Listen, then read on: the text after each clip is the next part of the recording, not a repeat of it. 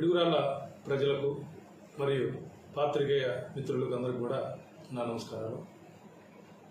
ఈ నెల 3వ తారీఖు నుంచి మన పిడుగురాళ్ల మున్సిపాలిటీకి వైస్ చైర్మన్ ఎలక్షన్ జరపడం కోసం గౌరవనీయులైనటువంటి రాష్ట్ర ఎన్నికల కమిషన్ వారు నోటిఫికేషన్ జారీ చేసి 3వ తారీఖు నాడు ఎలక్షన్ జరపాలని చెప్పి చూశారు. ఆ రోజున కోరం లేనందువలన మరుసటి రోజుకి పోస్ట్ పోన్ చేశారు. అదేవిధంగా మరుసటి రోజు కూడా సరైనటువంటి సభ్యులు కోరం రానందువలన దాన్ని మరి ఒక తేదీకి కూడా పోస్ట్ పోన్ చేయడం జరిగింది. అది ఈ నెల మళ్ళీ 17వ తారీఖు నాడు జరపాల్సిందిగా దాన్ని ఎలక్షన్ కమిషన్ వారు నిర్దేశించడం జరిగింది. ఈ క్రమంలో 3-4 తారీఖు నాడు కూడా కోరం రాకపోవడానికి ఈ రాజకీయ కారణాలు ఏదైతే ఉన్నాయో వాటన్నిటిని కూడా పోలీసుల మీదకి రుద్దే ప్రయత్నం జరుగుతుంది. పోలీసులు ఏదో కొంతమందిని బెదిరించారని చెప్పి, అదేవిధంగా టీడీపీ పార్టీ వాళ్ళు కొంతమంది వైసీపీ కౌన్సిల్ సభ్యులను కూడా బెదిరించారని చెప్పి, కిడ్నాప్ చేశారని చెప్పి రకరకాల వీడియోలు రిలీజ్ చేయడం జరిగింది. గత 3-4 తారీఖులు కానీ ఇప్పుడు కానీ ఏ రోజున కూడా మా దగ్గరికి ఎటువంటి కంప్లైంట్ రాలేదు. అదేవిధంగా పోలీసు వారికి ఈ రాజకీయాల్లో జోక్యం చేసుకోవాల్సిన అవసరం అసలే లేదు. ఈరోజు కూడా కొన్ని వీడియోలు రిలీజ్ చేయడం జరిగింది. 29వ వార్డు సైదావర్ అనేటువంటి ఒక కౌన్సిలర్ ఆయన ఒక వీడియో రిలీజ్ చేశారు. ఆయన హైదరాబాద్ ఉన్నారు. అదేవిధంగా ఆయన హైదరాబాద్లో మరి ఎందుకు ఉన్నారో తెలియదు. వాళ్ళ కుటుంబ సభ్యుల్ని ఎవరో బెదిరించారని చెప్పి దానికి కూడా పోలీసు వారి హస్తం ఉంది, పోలీసు వారు బెదిరించారని చెప్పి ఒక వీడియో రిలీజ్ చేశాడు. అదేవిధంగా 14వ వార్డు బాలకాశీ అనే ఆయన కౌన్సిలర్ వారు కూడా కనపట్టలేదు, వారిని ఎవరో బెదిరించి దాచిపెట్టారని చెప్పి వాళ్ళ భార్య ఒక వీడియో రిలీజ్ చేసిందని చెప్పి తెలిసింది.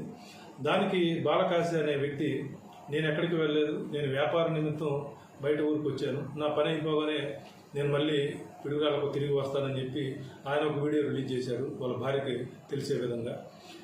వాళ్ళ భార్య చేసి చెప్పిన దానికి ఆయన బాలకాశి చెప్పిన దానికే వాళ్ళిద్దరి మధ్యనే సరైన పొంతన కుదరట్లేదు. వాళ్ళిద్దరు రకరకాల వీడియో రిలీజ్ చేశారు. ఇటువంటి దానిలోకి పోలీసులను అనవసరంగా లాగి పోలీసులను బ్లేమ్ చేయాలని ఎవరైనా కనుక ప్రయత్నం చేస్తే మాత్రం ఖచ్చితంగా దీని మీద కఠినమైనటువంటి చర్యలు తీసుకుంటాం. దీని మీద ఏ కేసులు కట్టడానికైనా దేనికైనా వెనకడేదానికి మాత్రం లేదు. మా పై అధికారుల దగ్గర నుంచి పర్మిషన్ తీసుకొని ఎవరైనా సరే పోలీస్ డిపార్ట్మెంట్ని కానీ పోలీసుల్ని వ్యక్తిగతంగా బ్లేమ్ చేయాలని, ఈ రాజకీయంలోకి వాళ్ళు చేసే కార్యక్రమాల్లోకి మమ్మల్ని కనుక లాగాలని కనుక ఎవరైనా ప్రయత్నం చేసి వాళ్ళు చేసినటువంటి తప్పిదాలని మా మీదకి నెట్టాలని చెప్పి ఎవరైనా ప్రయత్నం చేస్తే మాత్రం ఖచ్చితంగా దీని మీద కఠినంగా ఉంటామని చెప్పి పోలీస్ డిపార్ట్మెంట్ తెలియజేస్తుంది. కాబట్టి ఎవరైనా ఇటువంటి కార్యక్రమాలు చేయొద్దు.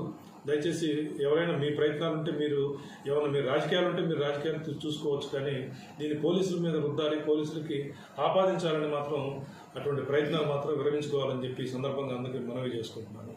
Thank you.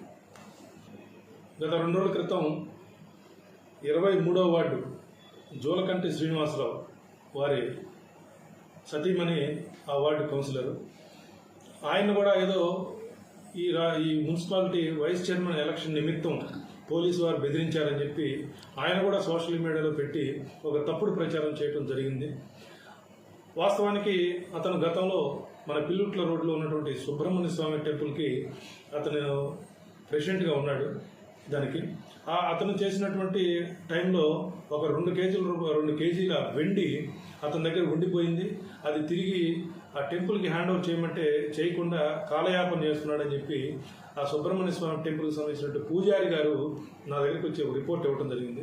ఆ రిపోర్టు మేము జీడీ ఎంట్రీ పెట్టుకుని అతన్ని పిలిపించడం జరిగింది. మన పోలీసు వారు వెళ్ళి అతను పిలిస్తే రాకుండా ఫస్ట్ దాన్ని కొంచెం కావాలని చెప్పి దాన్ని సోషల్ మీడియాలో హల్చల్ చేసి దాన్ని అతనికి స్వార్థంగా అతనికి అనుకూలంగా మలుచుకోవాలని చెప్పి ఈ పిటిషన్ నుంచి తప్పించుకోవాలని చెప్పి దీన్ని కూడా రాజకీయంగా డైవర్ట్ చేయడానికి ప్రయత్నం చేశారు. తర్వాత అతను పోలీస్ స్టేషన్కి రావడం జరిగింది. ఫిర్యాదు కూడా వచ్చారు. వాళ్ళిద్దరూ మాట్లాడుకున్నారు.